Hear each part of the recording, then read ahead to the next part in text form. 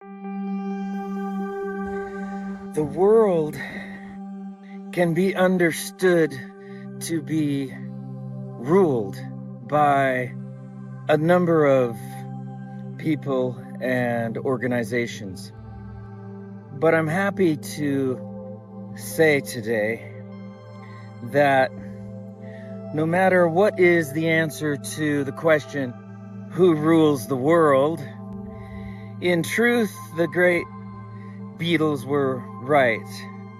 All you need is love, and indeed the world is ruled by love. But this quality of love is what I call indestructible love, and I'm not the first one to call it indestructible love. But I share with those who believe that indestructible love not only rules the world, but rules the universe. That belief, we share that. I think about it because political analysts the world over present all kinds of analysis on the question, who rules the world?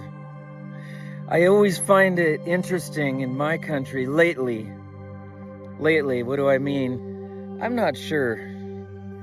Maybe the last 10 years.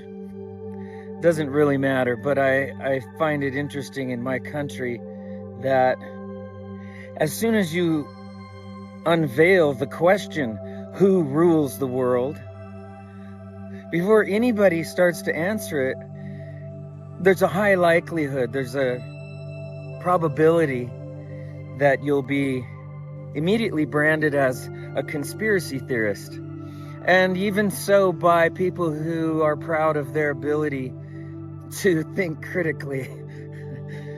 So before anybody answers the question, who rules the world, a couple things come to mind. You'll be labeled as a conspiracy theorist just for asking the question. And also, a lot of smart people will tell you, hey, that's a question that we can never answer. The entities at play are too complex to analyze. And why waste your time thinking about who rules the world? These are the same people who don't have a problem thinking about who rules a household, who rules a neighborhood, who rules a town, who rules a county, who rules a state, or even who rules a nation. Oh, that's all fine. But when you explore the question of who rules the world, somehow that's forbidden territory or not productive contemplation. And then to at least agree somewhat with that, I'm here to say indestructible love rules the world. It always has ruled the world. It always will rule the world.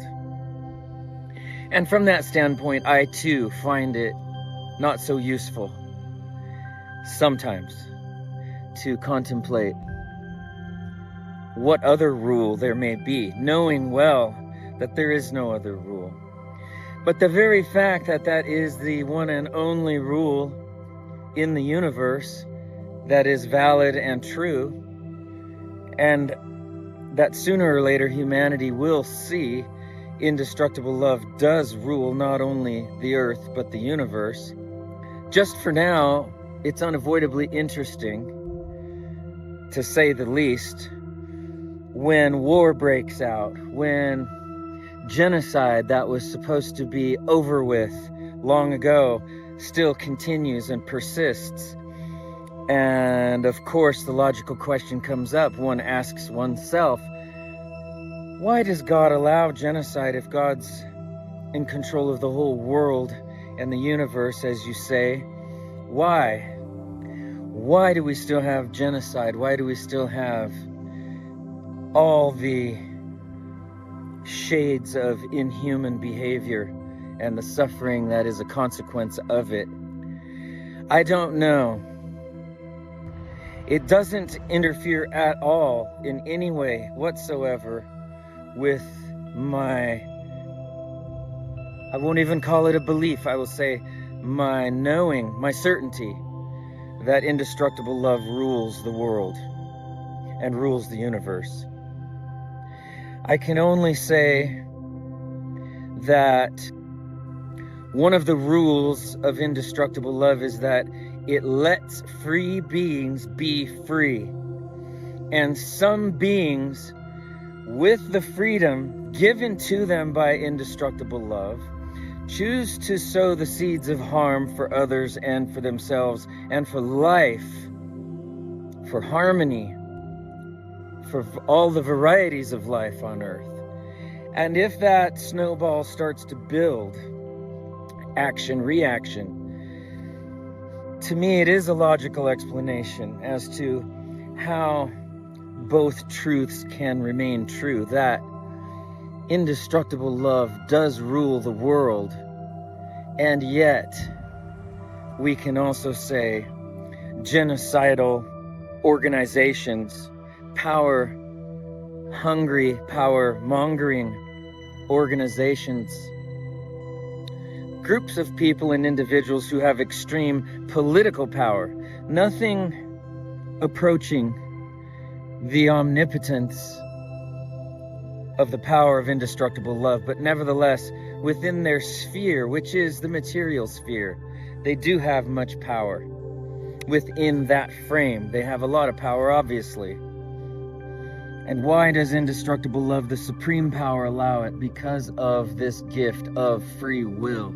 Because of this gift that we are free to choose what we think, free to choose what we feel, and free to choose how we act.